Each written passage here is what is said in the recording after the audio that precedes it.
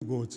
त्यामुळे don't think की आपल्याला बाबा म्हणजे प्रश्न विचारले नाही कमी म्हणून माझा इंटरव्ह्यू चांगला झाला नाही. कारण असं आहे, माझा उलट असे मनोभाव असा आहे की चांगला कॅन्डिडेट असेल, प्रशासनाला सगळे चांगले गुण असणारा कॅन्डिडेट असेल, त्याचा इंटरव्ह्यू फार कमी वेळ चालतो. कारण तिथे काही आपण भाषणं करायला नसतो. त्या ठिकाणी ऑन द कॉन्ट्री असं लक्षात येतं की इस कॅन्डिडेट इज साऊंड. त्याच्यामुळे जास्त त्याला असेस करायची गरज नसते. आणि जर लांबला तर समजावं की काहीतरी प्रॉब्लेम आपल्यामध्ये आहे, असं उलट असतं. कारण that committee also want to go full justice to you. कुणावर अन्याय होऊ नये बघायचं असतं. आणि त्यामुळे मग आपण प्रोव्होक केल्यानंतर आपण रिॲक्ट केला कसं होतो. आपण एखादी गोष्ट चुकीची सांगून आपल्याला माहिती आणि पुढच्याला माहीत नाही म्हणून आपण त्याच्यातून निसटलो असं होत नाही. त्यामुळे तुमची जी ओरिजिनलिटी आहे ती ठेवली पाहिजे. आणि ती ओरिजिनॅलिटी काय आहे ती मी तुम्हाला सांगितलं की ओरिजिनॅलिटी ऑफिसरला आज जी लागते ती ही आहे की you have to become a good officer. सुशासकीय अधिकारी व्हायचं आहे, प्रशासकीय नाही. त्यामुळे काम करताना मीच सगळं करणार आहे, मीच सगळं काही माझ्या वतीने होणार आहे असं नाही. मी तुम्हाला सांगू इच्छितो, आता मी रिटायर झाला, मी सांगू शकतो. मी 3.5 वर्ष ग्रामविकास सचिव होतो. सीओनचे CR लिहायचो मी. आता जिल्हा परिषद पंचायत समिती म्हटलं की म्हणजे हे आपल्या ॲटिट्यूडचा भाग आहे की त्या पोरांचा दोष आहे किंवा त्या ऑफिसरचा दोष असं नाही. पण एक ॲटिट्यूड बदलणं म्हणजे काय, तुम्हाला उदाहरण मी देतो. जिल्हा परिषदमार्फत आपण योजना राबवतो. काही योजना जिल्हा परिषदमध्ये केंद्र शासनाच्या योजना आपण राबवतो, पंचायत समिती राबवतो, ग्रामपंचायत पण राबवतो. आपल्याकडे आता नवीन आयाम असा आहे की ग्रामपंचायतीपर्यंत आपण जास्तीत जास्त अधिकार देतो. प्रिन्सिपल ऑफ करतो आपण. मी जेव्हा CRs बघितले, CR लिहिताना जेव्हा यायचे डिव्हिजनल कमिशनरकडनं येऊन माझ्याकडे फायनली अप्रूव्हला यायचे CR कॉन्फिडेन्शियल रिपोर्ट्स. 60-70% CRs आपल्याला CR मिळत नाही. आता त्याला म्हणतात म्हणजे ACR मिळत नाही, त्याला म्हणतात की परफॉर्मन्स रिपोर्ट APR झाला आहे तो. आता ACR राहिला नाही. 60-70% पोरांचं I have done this, I have done that अशी भाषा असेल. I have फॅसिलिटेड this, I have promoted this, I have educated that असं नसतं. म्हणजे याच्यात कसं आहे की everything I am doing. You have a team of 10,000 people under you. You have people who are elected representative. You have the officers who are class 1, class 2 and senior officers. You are a leader of the team. You are doing whatever you are doing with their strength. Yes, you are there to promote. You are there to encourage. You are not a doer. You are a facilitator. You are an encourager. पण अशी ती जी भाग आहे ती येत नाही त्याच्यामध्ये. तर ही जी आपल्या की लोकांना घेऊन काम करायचं, पब्लिक ओपिनियन काय याचा विचार करायचा, हे जे ट्रेट्स आहेत, हे जे ॲटिट्यूड्स आहेत, हे आपल्याला या आपल्या सेटअपमध्ये बदलावं लागते. कारण ब्रिटिशांच्या काळामध्ये जे काही आपली ब्युरोक्रॅसी होती ती ब्युरोक्रॅसी सर्टनली आपल्यावर कंट्रोल करणारी होती. आता कंट्रोलिंग हा कन्सेप्ट नाही. आणि प्रशासन शब्द म्हटला की कंट्रोल, ग्लॅमर ह्या सगळ्या गोष्टी येतात. त्याच्याऐवजी we are a facilitator, you are not provider, you are a encourager, अशा तऱ्हेचा जो एक कन्सेप्ट आहे तो कन्सेप्ट जर जोपर्यंत आपल्यात रुळणार नाही तोपर्यंत ते होणार नाही. आणि याचं सरळ मला परिपाक MPSCत कुठे दिसतं. मी तुमच्या सगळ्यांची माफी मागून उदाहरण देईल तुम्हाला. मागच्या वर्षी एक वर्ग 2ची शिक्षणाधिकाऱ्यांची पोस्ट आपण काढली. त्याला आधी बीएडची क्वालिफिकेशन असायची. ती क्लास B मधली पोस्ट आहे, वर्ग 2ची पोस्ट आहे. त्याला आता BEd वगैरे काही लागत नाही. त्याच्यावर कॉन्ट्रोवर्सी झाली, पुष्कळ झाली. मला सांगण्याचा मुद्दा थोडा वेगळा आहे. आपल्याकडे 500 इन्स्पेक्टरच्या जेव्हा पोलीस इन्स्पेक्टर जागा निघतात तेव्हा त्याला अर्ज करणारे 5 लाख असतात, क्वालिफिकेशन ग्रॅज्युएट. सेल्टन्स इन्स्पेक्टरच्या जागा निघतात, त्याही 200-300 निघतात, त्यालासुद्धा अर्ज करणारे 4-4.5 लाख असतात. RTOमध्ये एक पोस्ट आहे कुठली असिस्टंट इन्स्पेक्टरची, त्याला थोडी टेक्निकल क्वालिफिकेशन आहे पण आहे. तिथे 1-1.5 लाख 2 लाख अर्ज येतात. शिक्षणाधिकारी वर्ग 2 याचा पगार या 3ही पोस्टपेक्षा जास्ती आहे. या 3ही पोस्टपेक्षा या पदाचा पगार येतो. It higher post, higher salary and only graduate was the qualification. फक्त 50,000 अर्ज आले. So we are coming in the administration for glamour, for authority और फॉर सर्व्हिस, हा सुद्धा विचार आपल्याला करायला पाहिजे. आणि म्हणून मी एक सूचना पण मध्ये शासनाला केली होती. अर्थात तत्कालीन शासन याला पुष्कळसं पुढे पण नेलं होतं आम्ही, की अनेक राज्यात, मी एकदा जम्मू काश्मीरला मला तिथल्या ॲडमिनिस्ट्रेटिव्ह स्टाफ कॉलेजनी बोलावलं होतं भाषणाला. माहिती घेतली मी. स्टेट कॅडरमध्ये एक ऑफिसर वर्ग 2 क्लास 2मध्ये गेला की he can be posted in 16 departments.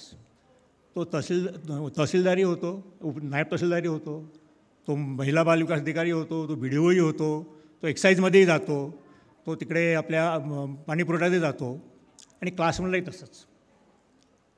As good as a Indian administrative सर्व्हिससारखा कुठल्याही डिपार्टमेंटला जातो. इतर राज्यामध्येही तसंच आहे. बाजूच्या गुजरात राज्यामध्ये डिप्टी CO, डिप्टी कलेक्टर एकच अधिकारी आहे. कारण असं आहे की थोडं जरी जनरल सर्व्हिस आपण म्हणतो ते स्पेशलाइज सर्व्हिसेस आहे. म्हणून आम्ही असं सजेस्ट केलं होतं की deputy collector, deputy CO, chief officer of municipal administration class 1 जे असतात, कारण ते आता आपल्याकडे जवळजवळ 25-26 महानगरपालिका झालेल्या आहेत. त्याचे सगळे 4-5 महानगरपालिका सोडल्या, IASच्या सोडल्या, तर बाकी ठिकाणी आपण जनरली स्टेट सर्व्हिसचे ऑफिसर ते चीफ मुख्याधिकारी किंवा कमिशनर म्हणून जातात. कोऑपरेटिव्हचे DDR आहेत, ते DDR, deputy CO, deputy collector, chief officer, आणखी एक पोस्ट म्हणतो एक्साईज सुपरिटेंडंटची काही एक पोस्ट, या सगळ्यांचं मर्ज करून महाराष्ट्र ॲडमिनिस्ट्रेटिव्ह सर्व्हिस करावी. म्हणजे काय होईल की जो अधिकारी जेव्हा येतो तेव्हा त्याला रेग्युलेशनचाही एक्सपोजर मिळेल, त्याला डेव्हलपमेंटचं एक्सपोजर मिळेल, त्याला प्रमोशनल ॲक्टिव्हिटीचं एक्सपोजर मिळेल, त्याचा करिअरमध्ये तो असा डेव्हलप होत जाईल, which is a pattern which is followed in other states. तर पुढे काही झालं नाही. कारण जेव्हा आपण ॲडमिनिस्ट्रेशन टू गव्हर्नन्स किंवा प्रशासनातून सुशासनाकडे जाण्याचा जो विचार करतो आहे, ते करताना आपल्याला जर ॲटिट्यूड्स बदलायचे असतील तर हे सायलोजमध्ये जे आपलं प्रशासन आहे, सायलोज म्हणजे आपण बघतो की असे वेगळे, कारण गव्हर्नमेंटमध्ये कॉर्डिनेशन अतिशय मोठा प्रॉब्लेम असतो. नाही, एका विभागाचं कॉर्डिनेशन विभागाशी करणं, मग ते जिल्हा स्तरावर असो, राज्यस्तरावर असो, किंवा इव्हन तालुका स्तरावर असो किंवा ग्रामपंचायत स्तरावर असो, फार कठीण असतं. आणि लोकांच्या याच्याबद्दलच्या ॲटिट्यूडसुद्धा बदलतात. तुम्हाला एक उदाहरण मी देईल आणि नंतर थांबेल, तुमचे प्रश्न असतील. जेवढं प्रशासन आपलं हे MPSCचं किंवा UPSCची येणाऱ्या अधिकाऱ्यांचं आवश्यक आहे, तेवढंच खाली आपल्या व्हिलेज लेवलला, कटिंग एजला, ग्रास रूटला, जिथे सरकारची इमेज लोकांसमोर जाते, तिथे सुद्धा आवश्यक आहे.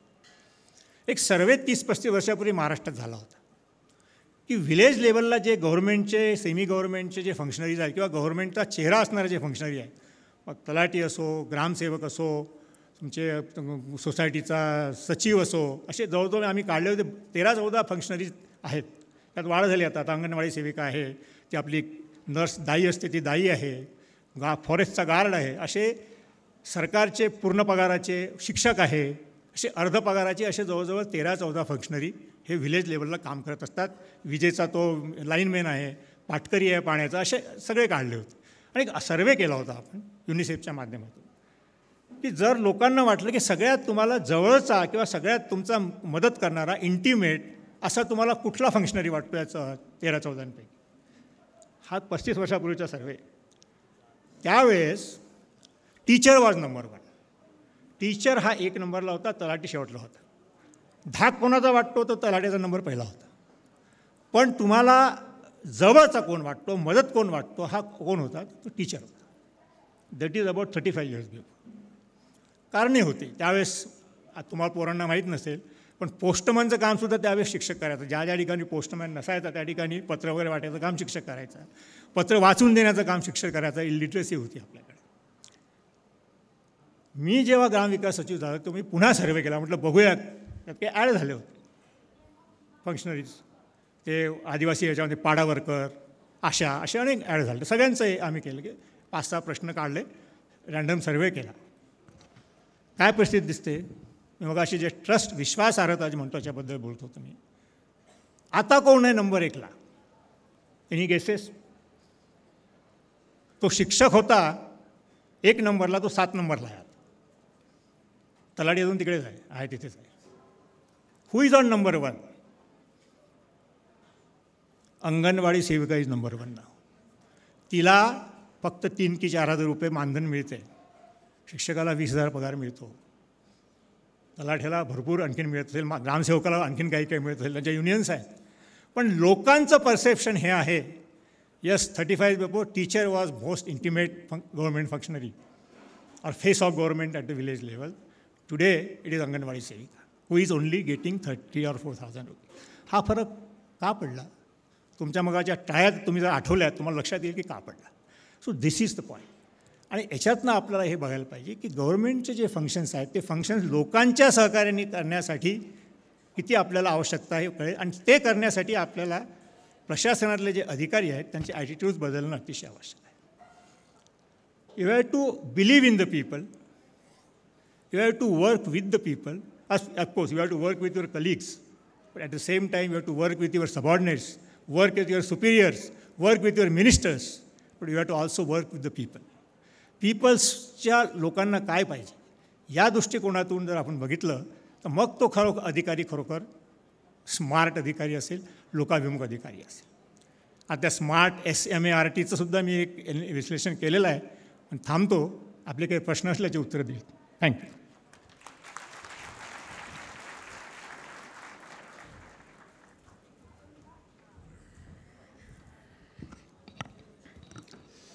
सरांनी अतिशय उद्बोधक माहिती विशेषतः MPSCच्या परीक्षांच्या संदर्भात दिलेली आहे. यावर्षीच्या ज्या MPSCच्या परीक्षा आहेत त्यांची तयारी करण्याच्या संदर्भात आपल्या काही प्रश्नांना सर उत्तरं देऊ इच्छू शकतात. काहींना जर प्रश्न विचारायचे तर विचारावेत. सर एक प्रश्न होता. मी सर्व विद्यार्थ्यांच्या वतीनं सरांना हा प्रश्न विचारतो आहे. MPSCनं गेल्या 2 वर्षापासून इंटरव्ह्यू घेताना टोकन सिस्टीम सुरू केलेली आहे आणि त्या टोकन सिस्टीमचा विद्यार्थ्याला काय फायदा आणि एकंदरीतच त्यातून या निवड प्रक्रियेमध्ये किती प्रकारची पारदर्शकता किंवा त्याचे फायदे काय आहेत जरा थोडे स्पष्ट केलं तर. आणि आणखी काही प्रश्न असतील लिहून पाठवले चालेल.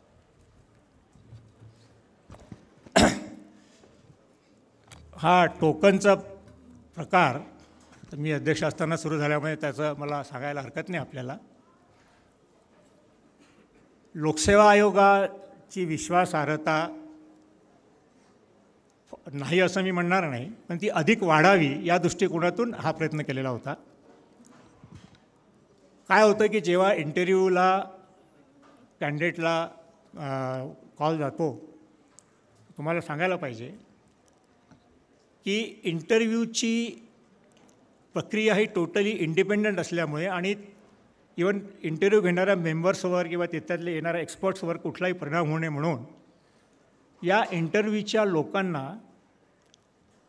इवन इंटरव्ह्यू घेणारा लोकसेवा आयोगाचा मेंबर असेल त्यालासुद्धा तुमचे रिटर्नचे मार्क किती आहे माहीत नसतात. इंडिव्हिज्युअल रेंज कोणालाही माहीत असते की टॉपर एवढा आहे आणि इंटरव्ह्यू ज्याला शेवटला बोलावला आहे त्याला एवढे मार्क आहे, हे माहीत असतं. हे सगळ्या जगाला तुम्हालाही माहीत असतात. पण याच्यातल्या 2,000 इंटरव्ह्यू घेणाऱ्या पोरांपैकी प्रत्येकाला किती मार्क मिळाले आहेत थेअरीमध्ये, तुमच्या रिटर्नमध्ये, हे त्या लोकांना माहीत नसतं. हा एक भाग. त्याच्यानंतर जेव्हा तो इंटरव्ह्यूला येतो, हा का केला आहे की त्याच्या थेअरीतल्या मार्कचा कळत न कळत प्रभाव इंटरव्ह्यू घेणाऱ्यांच्या याच्यावर पडू नये म्हणून हा प्रकार केलेला असतो. आणि का केला आपण तुम्हाला सांगायला पाहिजे. आर्मी, एअरफोर्स आणि याला जे सिलेक्शन होतं त्या सिलेक्शनमध्ये सुद्धा एक वेगळ्या तऱ्हेची पद्धत असते. काही प्रमाणात ती आणायचा माझा विचार होता, आली नाही.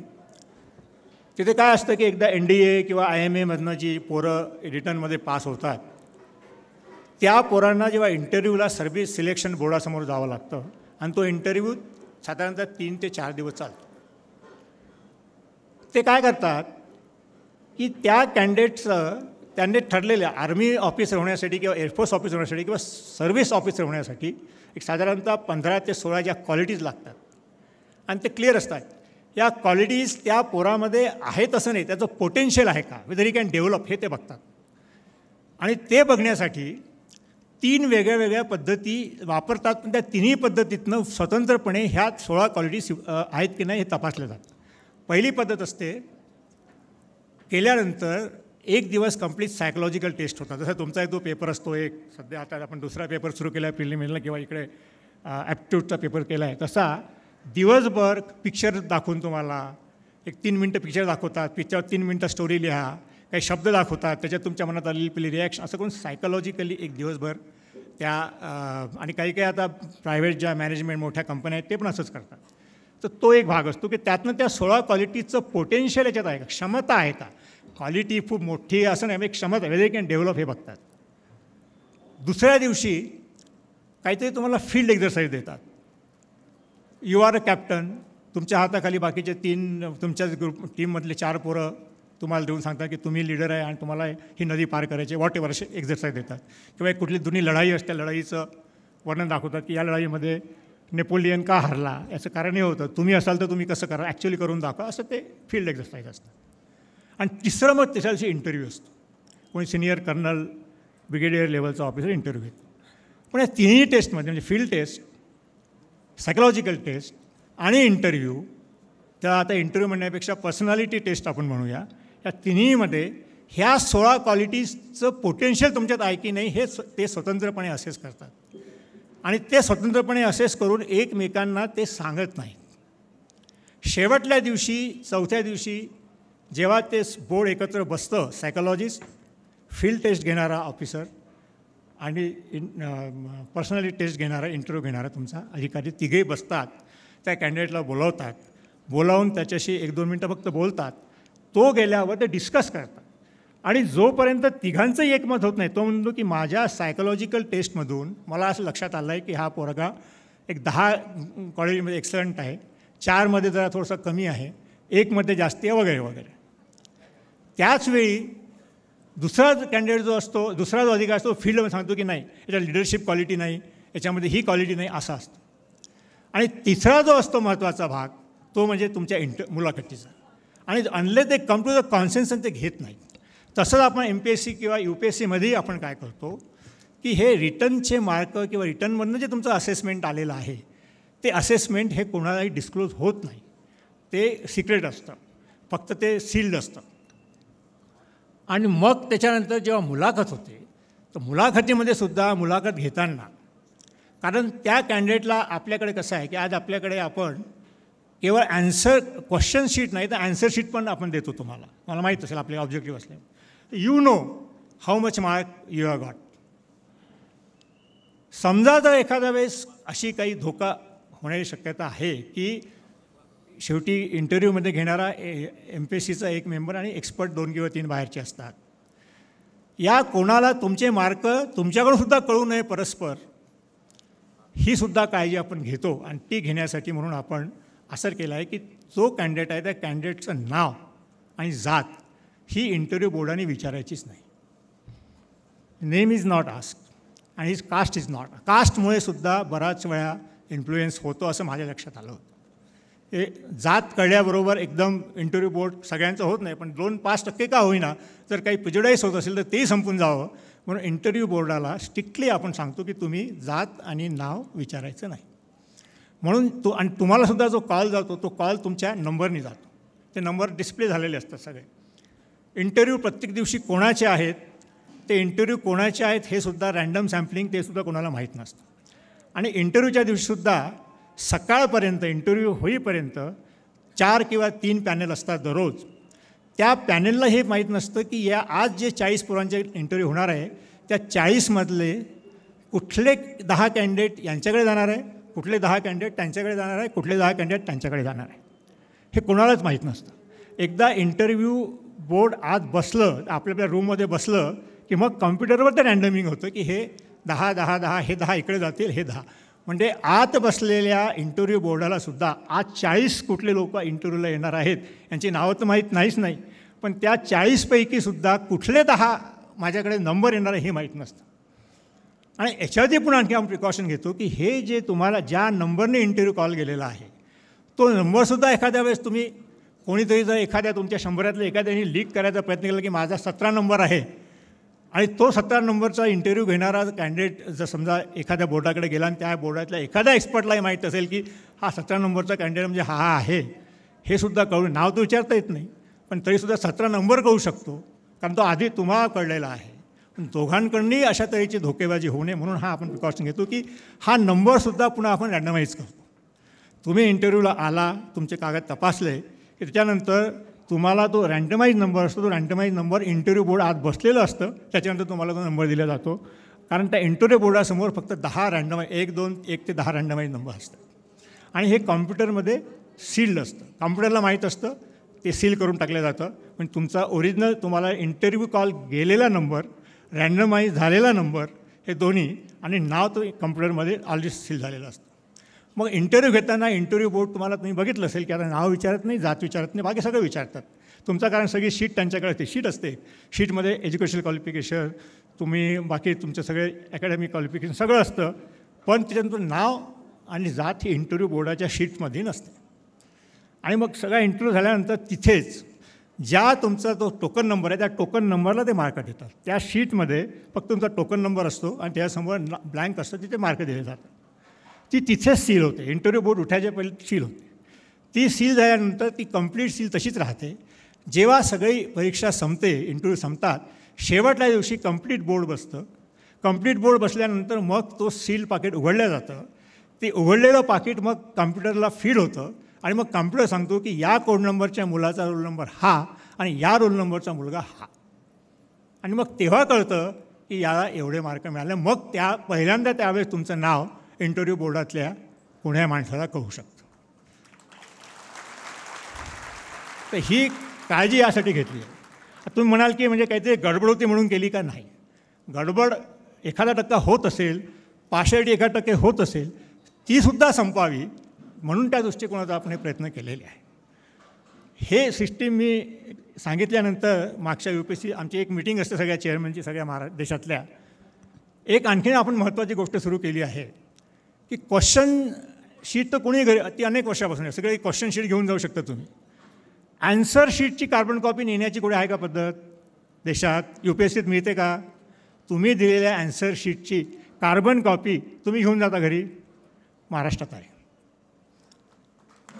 महाराष्ट्रात आहे.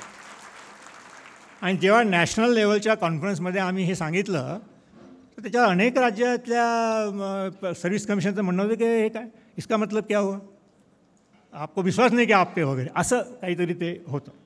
पण आपण ते करतो. आणखीन एक महत्त्वाचा आपण महाराष्ट्रामध्ये मुद्दा घेतला, तो महत्त्वाचा आहे की तुमच्या पेपरची ॲन्सरची की असते, ती की आपण तुमचे पेपर तपासायच्या आधी वेबवर टाकतो.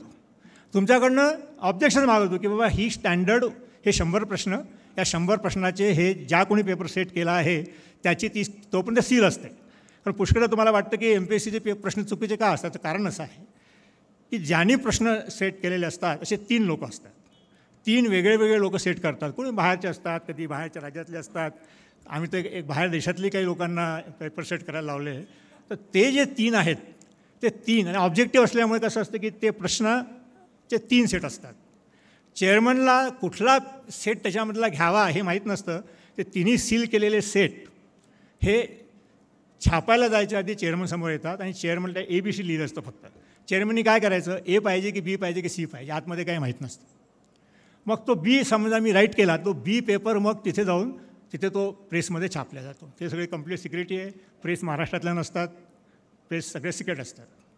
त्यामुळे प्रश्न जे आहेत त्या प्रश्नामध्ये जर काही चुका असतील तर त्या कोणालाच माहीत नसतं पब्लिक सर्व्हिस कमिशनमध्ये, ते फक्त त्या सेट करणाऱ्यालाच माहिती असतं. त्यासाठी आपण काय करू शकतो, फार तर पुढच्या वेळेस जर फार प्रश्न चुकले तर तो आपण बदलतो. पण ते आपल्याला, कारण आपल्याकडे क्वेश्चन बँक हा कन्सेप्ट नाही आहे. त्याच्यानंतर मग ॲन्सर शीट त्याने दिलेली, त्याच एक्सपर्टनी दिलेली ॲन्सर शीटसुद्धा सील असते.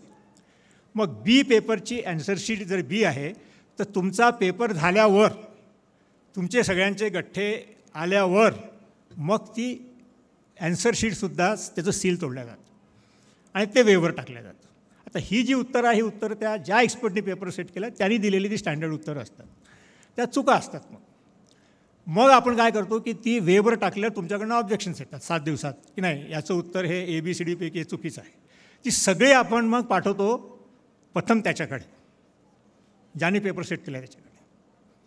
मग तो सेट करणारा सांगतो, तो आर्ग्यू करतो पुष्कळ, नाही हे बरोबर आहे, हे चूक आहे, वॉट एव्हर.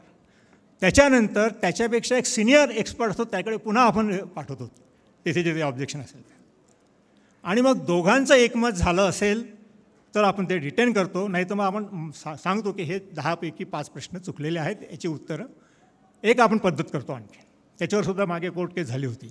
असे 100पैकी 5 प्रश्न चुकले तर आपल्याकडनं मागणी होती की त्या 5चे मार्क सगळ्यांना देऊन टाका. आपण देत नाही. आपण मग 95 प्रश्नाला 100 मार्क धरून आपण त्याप्रमाणे मार्क देत असतो. युनिव्हर्सिटीमध्ये करतात की प्रश्न चुकला की मार्क देऊन टाका. पण हा प्रश्नाची ही कारण आपल्याला निगेटिव्ह मार्किंग पण आहे. निगेटिव्ह मार्किंग असल्यामुळे आपण ही पण काळजी घेतो. UPSC असं करत नाही.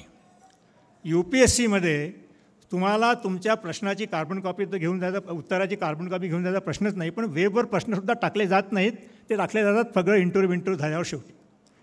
तुम्हाला कुठे ऑपॉर्च्युनिटी मिळते की परीक्षा झाली आणि ॲन्सर शीट असेस करायच्या आधी, कॉम्प्युटरने ते असेस करायच्या आधी तुमच्या पोरांकडनं मास एकांकडनं आपण ते उत्तरांचे स्टँडर्ड मागवतो. जिथे जिथे ऑब्जेक्शन्स आलेली आहे ते ऑब्जेक्शन त्याकडे पाठवतो आणि मग करतो. एवढी ट्रान्सपरन्सी आपण ठेवलेली आहे. UPSCने अजून ते केलेलं नाही. म्हणजे आपण खूप काही डिंग मारायचा प्रश्न नाही, परंतु ट्रान्सपरन्सी जी म्हणतात ती उक्तीत नसून कृतीत आणण्याच्या दृष्टिकोनातून आपण प्रयत्न केलेले आहेत.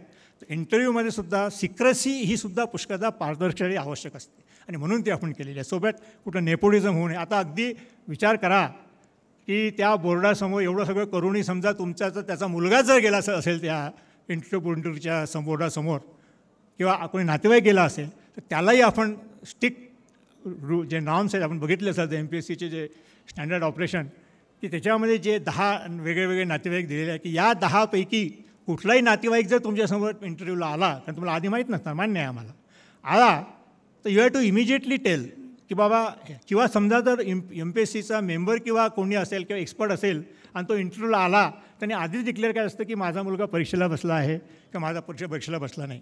आपल्याला माहीत आहे की मागे एका लेडी मेंबरची मुलगी परीक्षेला केवळ बसली होती या पॉईंटवर तिने डिस्क्लोज केली नाही म्हणून तिला डिस्क्वालिफाय करून सुप्रीम कोर्टाच्या आदेशाप्रमाणे, प्रेसिडेंटच्या आदेशाप्रमाणे घरी पाठवावं लागलं आपल्याला. इतकं आपण या ठिकाणी काळजी घेत असतो. त्यामुळे एक तुम्हाला मी सांगू शकतो, if you are capable you will be selected in MPSC or UPSC. तुम्ही नसाल तर जगातली कुठली शक्ती तुमचं सिलेक्शन करू शकणार नाही.